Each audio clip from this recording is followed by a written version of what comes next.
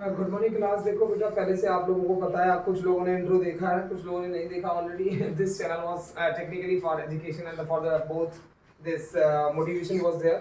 Motivation was going on due to the reason, and also many, I am also a professional teacher, somewhere I'm working, so busy schedule, I was not able to upload. Okay, again I thought it out to come on the YouTube, so this I am uploading again. So I'm very starting from 9th class, 9th, 10th, 11th, 12th, maths and physics will be there. Okay, later on what you will think that I'll keep uploading. Okay guys, if you feel it, those who will watch it, अगर उनको लगता है कि अच्छी है तो then watch it. Okay, I'm not providing, I'm not just telling you कि बस subscribe and like and all blah blah blah. जो भी मेरा मन में आ रहा है, जो अच्छी चीज मेरे को लग रही है, that I'm uploading. Just do it. Okay. तो आज पहले फर्स्ट डे कुछ लोगों की डिमांड थी बच्चे, जो those who are in my touch, कि आप 9th से स्टार्ट कर दीजिए मैथमेटिक्स। तो जो 9th का फर्स्ट चैप्टर है, I am starting with lines and angle. किससे है? Lines and angle. Lines and angle के साथ स्टार्ट कर रहे हैं गाइस। अगर एनी कोई प्रॉब्लम दिखती है तो प्लीज कमेंट आप बता देना उसमें, क्योंकि this is a different area where I am uploading the video, where I am shooting the video.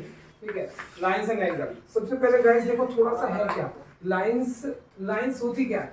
Lines, ये क्या है? लाइन। लाइंस मतलब प्लूरल है, मतलब बहुत सारी लाइन। तो ये लाइन हो सकती है, ये लाइन हो सकती है, ये लाइन हो सकती है, डिपेंड किया ना।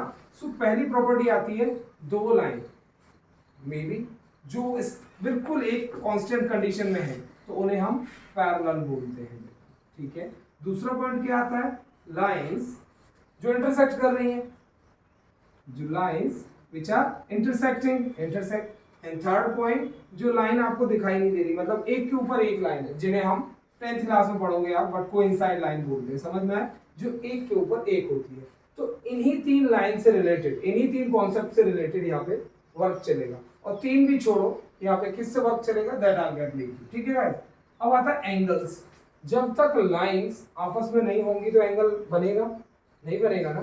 तो अब जब एंगल का कनेक्शन किसी लाइन से हो, एंगल का कनेक्शन किसी लाइन से हो, तो वो सिर्फ एक ही लाइन होती है, दैट इज इंटरसेक्टिंग लाइन। तो ये दो लाइन आपको भूलने की जरूरत है फिलहाल के लिए, to understand what is angle. अगर एक लाइन है बेटा, ये लाइन है, इसको मैं इससे इंटरसेक्ट करा दूं, देखो यहाँ पे इंटरसेक्ट हो रही है, बट यहाँ पे ये क्या है? इसे ही बोलते हैं कोई भी एंगल। इसे क्या बोल देते हैं? ये जो मैंने क्यू बनाया है, ये क्यू नहीं है, इस क्यू की बाहर वाली डंडी को मिटा दो, इसे कोई भी एंगल थीटा बोल देते हैं, जो कि बड़ी क्लासेस में पढ़ोगे, बट यहाँ पे थोड़ा थोड़ा सीखते रहो। कोई भी एंगल क्या है? थीटा।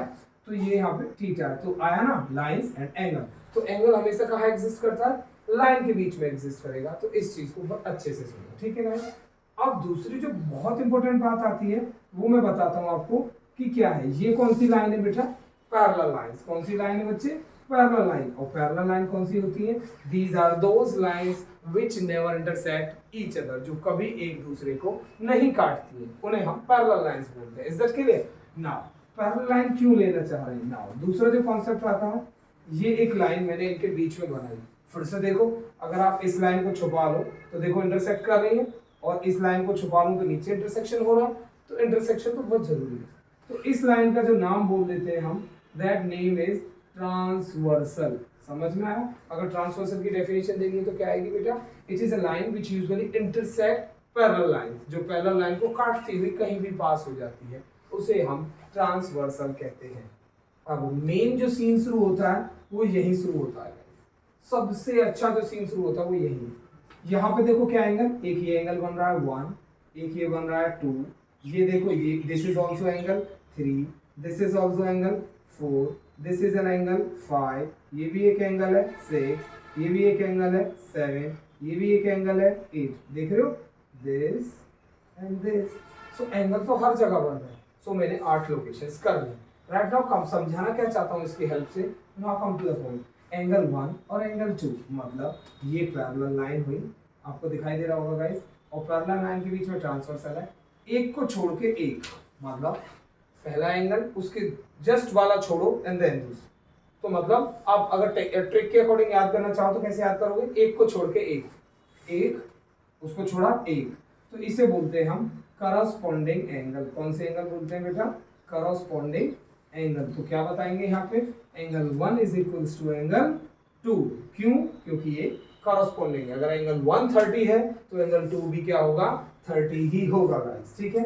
दूसरी पॉइंट क्या आता है बच्चे? दूसरा पॉइंट आता है अब एंगल, आप इसी तरीके से एंगल 1 और 2 बोला मैंने, अब 6 और 3 बोल सकता हूँ ना, क्योंकि 6 के बाद कौन छूट रहा है, 2, और उसके बाद कौन आ रहा है, 3 बेटा, एक को छोड़ के 1, तो क्या हुआ यहाँ पे 6 और 3 भी करस्पॉन्डिंग है, और कौन से होंगे 8 एंड 5 भी करस्पॉन्डिंग है बेटा, 8 एंड 5, ये देखिए 8 5, और 7 एंड 4 भी करस्पॉन्डिंग है, 7 एंड 4, तो ये सारे आपस में इक्वल होंगे किस हिसाब से।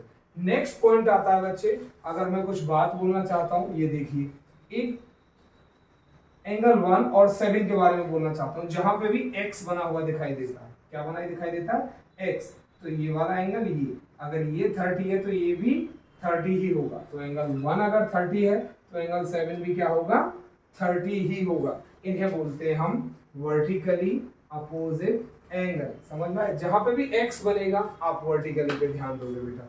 तो ये था आपका पहला कॉन्सेप्ट। अब दूसरा कॉन्सेप्ट क्या है, ये कॉरस्पॉन्डिंग का था वर्टिकली अपोजिट एंगल। अब वर्टिकली अपोजिट एंगल कौन कौन से, angle 1 is equals to angle 7 है बेटा, ये देखिए, angle 6 is equals to angle 8 है बेटा, angle 6 is equals to angle 8 बच्चे, angle 5 is equals to angle 3 बेटा, angle 5 is equals to angle 3 बच्चे, angle 2 is equals to angle 4, angle 2 is equals to angle 4, हो रहा है ना? तो this is what, vertically opposite angle.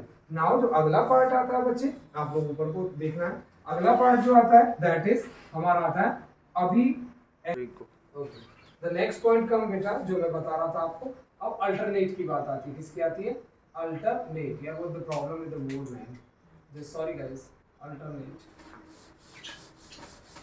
wait guys, keep sorting,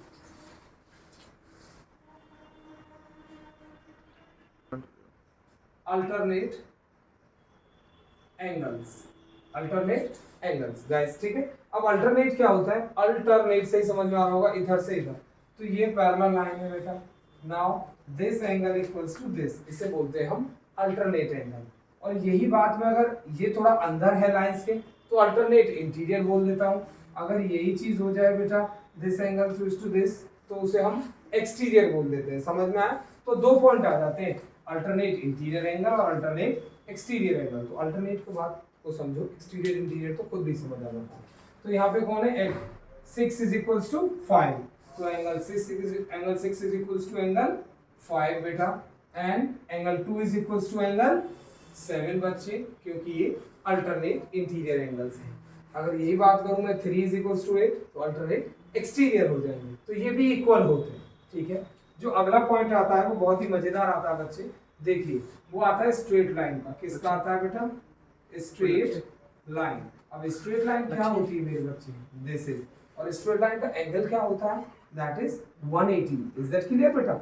straight line का जो angle होता है दैट इज 180, और 180 क्या है, मतलब 180 सम होता है। क्या होता है बेटा, सम। तो क्या बोलना चाह रहा हूं मैं, दिस, अगर ये x है और ये y है, तो ये आपको क्या दिखाई दे रहा है, एक स्ट्रेट लाइन दिखाई दे रही है। Is that clear?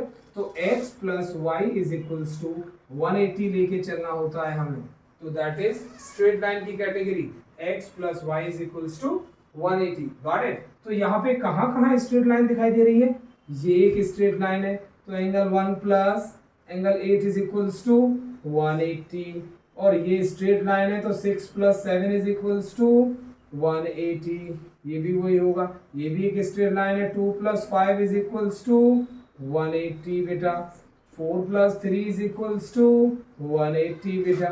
Got it? अब आप ये देखिए, ये भी एक स्ट्रेट लाइन है, 7 प्लस 8 इज इक्वल्स टू 180 बेटा, 1 प्लस 6 इज इक्वल्स टू 180 बेटा, 4 प्लस 5 इज इक्वल्स टू 180 बच्चे। देखो ये नहीं ना स्ट्रेट लाइन, ये तो जहां भी ये दिखे, मतलब कितने भी एंगल हो, स्ट्रेट लाइन बेटा, कितने भी बना दे कोई, तो ये प्लस ये प्लस ये प्लस ये इज इक्वल्स टू 180 ही लेकर चलना होता है। Is that clear?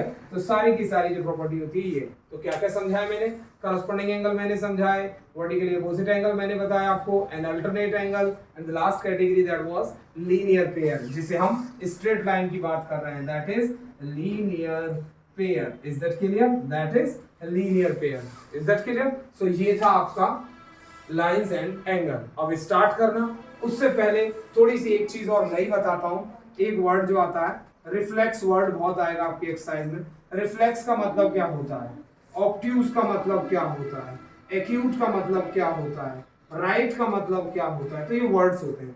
जब रिफ्लेक्स की बात हो तो 360 से लेना देना होता है। ऑब्ट्यूज और एक्यूट, ऑब्ट्यूज बात होती है तो 90 से बड़े वाले को कहते हैं, और एक्यूट जो बात होती है वो 90 से छोटे वाले, 60 से भी बात कर सकते हैं इस चीज की बेटा, ठीक है। और जो राइट एंगल होते हैं वो इक्वल्स टू 90 के ही होते हैं, समझ में आए। सपोज मैंने आपको कोई क्वेश्चन दे रखा है, ये 30 डिग्री का एंगल है बेटा, फाइंड इट रिफ्लेक्स। तो इसका रिफ्लेक्स अगर आपको फाइंड करना है, उससे पहले तो ये समझ जाओ रिफ्लेक्ट है क्या। तो रिफ्लेक्शन है ये वाला एंगल, इसका बैक होता है रिफ्लेक्शन। तो 360 में से हम 30 माइनस कर देंगे तो कितना आ जाएगा, 330 आ जाएगा, which is known as reflex angle. ये वाली बात समझ में आ गई होगी बच्चे। अगली जो बात आती है वो दो वर्ड कभी कभी बोर्ड जब हायर करते हो, कुछ अच्छे लेवल के क्वेश्चन करते हो तो दो वर्ड और दिखाई देते हैं आपको।